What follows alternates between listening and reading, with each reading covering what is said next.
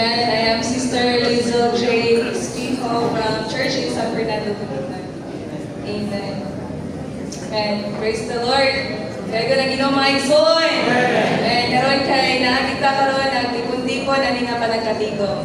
And I enjoy the training. Dili tungod kay church trip ko.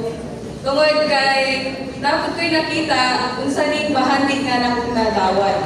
And sa ilingon nga nila nga parang sa akong kasinatian ba na Lord, ganun nadala mo ko sa training na sa I have the concept naman na to join the training. Pero when I was nung nag-college na ko, akong gikalitan nga musulod di ay ko sa training. Pero this treasure ba nga nakakana ko, o ni siya ang nagbuhat nganong nadala ko sa training. O na nga, dili din siya gamay, kabutang nga, naisip na to ang treasure mo si Kristo mga igsoon.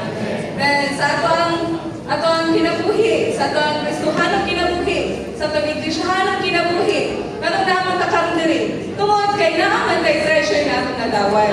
Mo si Kristo mismo.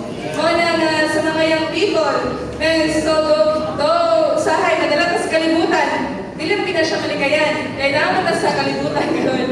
Pero, atong panahon-naon nga, kung i-maintain na ito ang apitay sa treasure na itong nadawal, men, mo ni siya ang magdala sa tuwang mupadayon ka sa itong iglisyahan ng kinabuhi.